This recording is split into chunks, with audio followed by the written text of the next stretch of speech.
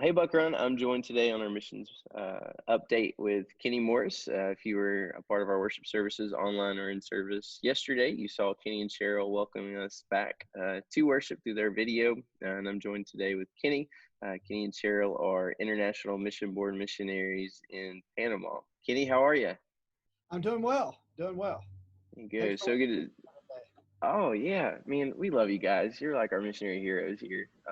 I was fortunate to come down and see you in Panama right after y'all had moved back. You're serving as a lay pastor here on your furlough at that time, and then we planned a mission trip for students and got to go down there in 2016. So I love serving with you guys both here and in Panama. But can you tell us a little bit about what's going on? Obviously, the coronavirus has affected everybody. Tell us what that looks like for you guys in Panama City. Well, it's been kind of difficult.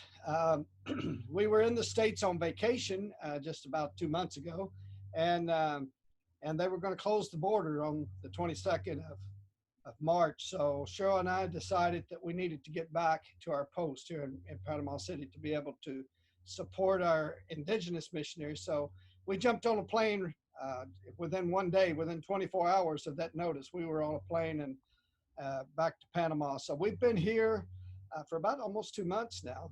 And anyway, we're on lockdown here. We can go out of the house for 2 hours every other day. Cheryl can go out on Mondays, Wednesdays, and Fridays, and I can go out on Tuesdays, Thursdays, and Saturdays.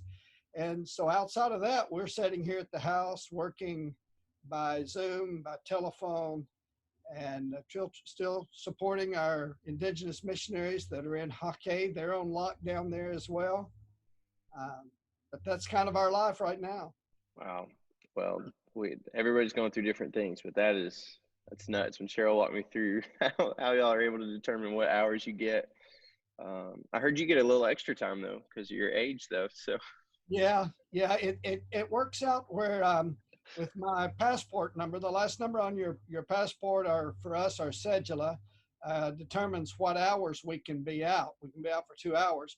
But then because I'm over 60, considered a jubilado or a senior citizen, then we get from 11 to 1. So mine overlap. So I can actually be out from 9:30 to 1 o'clock because of that overlap. Gives me a little extra time to be out. It's going to be really important. Like tomorrow, I've got to go out and secure some paint and stuff that I'm sending out by ship to Hockey for our partners out there. And so I'll be able to have a little extra time because I'm old.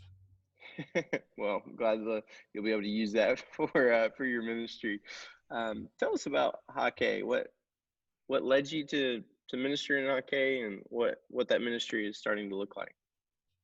Well, it's a really long story. I'll make it as short as possible. But several years ago, I started talking about Hake with some of our indigenous partners, and we really didn't know anything about Hake because we hadn't had anybody that had been working in that area for about 20 years. So initially, we just wanted to go and see what was there, see if there were opportunities.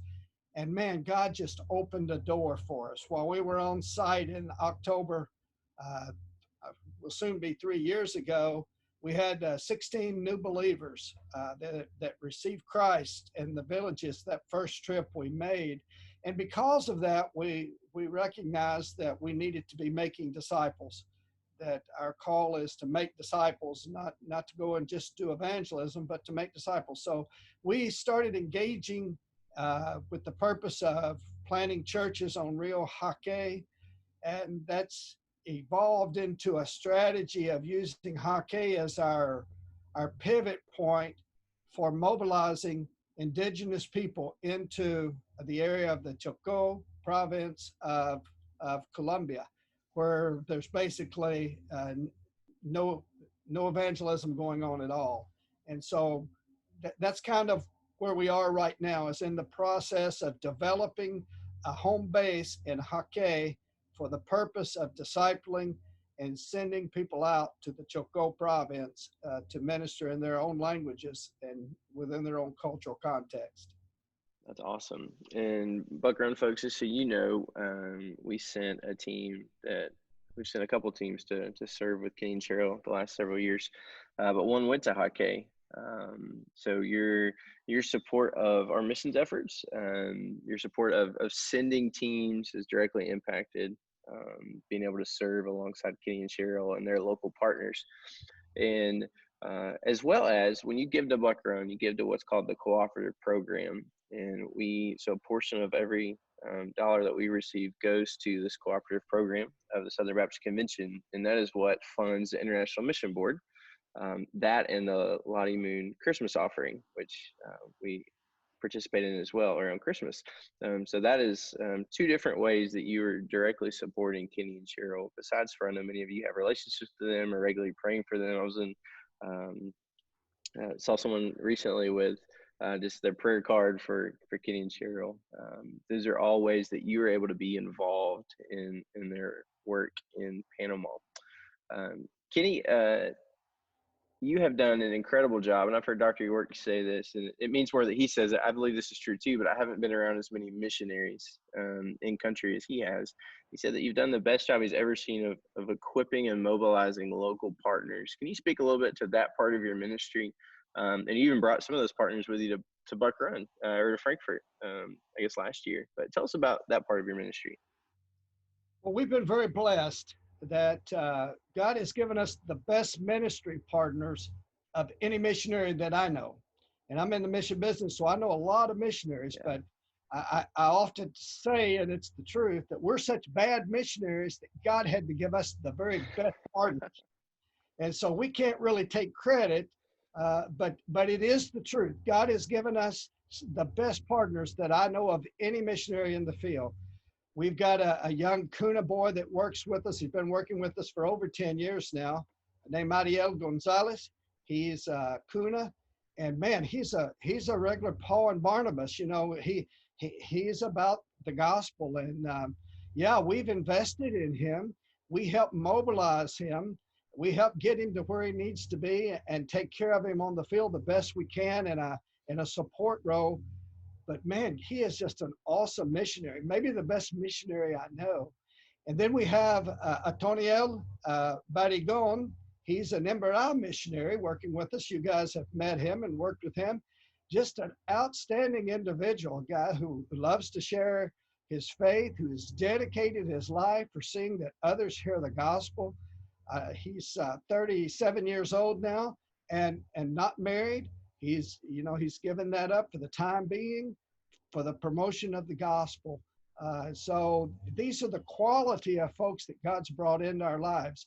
There's many other partners we have. You guys know about Malala, and you know about Raquel and Mata. These are just some of the greatest partners that any missionary could hope to ever have. And so we feel like God's doing something special. We feel like God has a purpose for them investing their lives in the Choco province of Colombia so that the people there will be able to hear the gospel. You know, my heartbeat is that they will hear the gospel. We've storied through the John chapter 3 with Jesus' meeting with Nicodemus. And as we get to verse 18, it just grabs my heart where Jesus said, everyone who knows the Son, he will not be condemned. But everyone who does not know the only begotten Son of God is already condemned. And that verse grabs my heart. Those people in the province of Choco who have never heard, they're already condemned. And so we have to get the gospel to them. And God has opened this door of giving us these ministry partners that are just outstanding to be able to get the gospel to the Choco provinces, places where you and I can't go because the color of our skin, or as the way I like to say it here, it's because I have blue eyes. Of course, all of our indigenous folks have dark eyes, and we just don't fit in. And so God has just been really good to us in bringing in folks that we've been able to build our lives into them and then be able to help support them as they go into the Choco province. Awesome. Well, Kenny, we love you. We're so grateful for you. We love your visits when y'all are able to come back.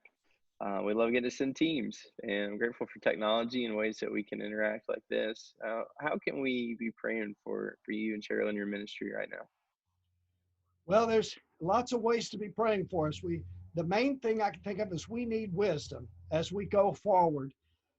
Recently, my boss from the IMB sent me a list of things that you need to be considering, and I'm really glad that he did, because one of the things was, as you're thinking about reopening and going back into places where your ministry is taking place, will you be seen as bringing the virus to them? Right now, today, there's no cases in Hake of the virus.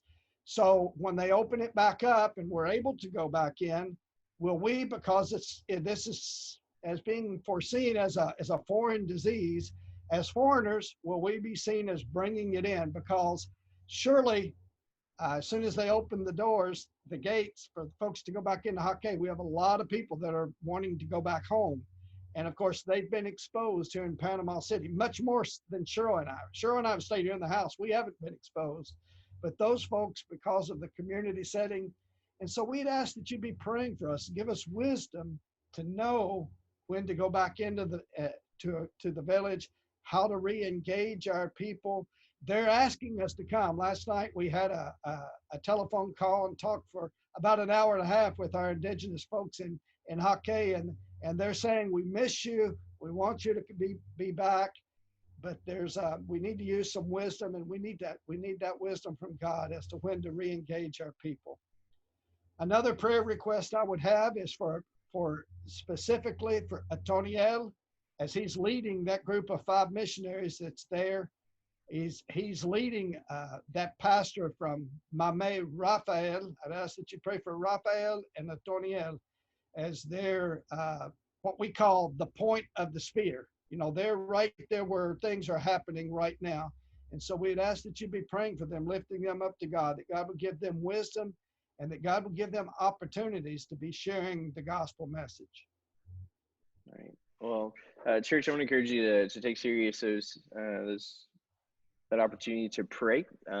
Something we do in our home is with our kids. If you have kids in your homes, or if you don't know where Panama is to show them on a map. You can see Kenny's face. Help that make that more real in your home. It's always important to pray for missionaries, but I think sometimes it's more helpful to pray for those that we know and can see. These are Buck Run people that are serving in Panama. These are our own. So take serious opportunity this week and in the weeks ahead to pray for wisdom and for those that are currently in Hake. Okay, I appreciate your time. I know even though you're home, you're busy. You're doing lots of things, and I'm just grateful for your work for Southern Baptist. And just know at Buck Run, we're really grateful for you. We're proud of you, and we love you and Cheryl, and we look forward to talking to you again soon. As we close today, let me give you one more just little tidbit. One of our partners, Otoniel, he had this comment recently as we were talking about volunteers from the States, like the team that Buck Run sent. That team came and they helped us carry out boards from the to a mile from the river. We had to carry those boards to the river. And he made this comment. He said, every screw that's been driven in this building counts for the glory of God. It's all been done for the glory of God. So I'd just like to thank Buck Run for sending that team to help us carry those boards. Boy, that was hard work, getting those boards to the river. A brutally hard work, but it was for the glory of God. So thank you, Buck Run, for sending a team to work with us. We really appreciate it. Look forward to the teams in the future. Yeah, we look forward to being able to send teams again, man. We love you. We appreciate you. Thanks. Buck Run, goodbye.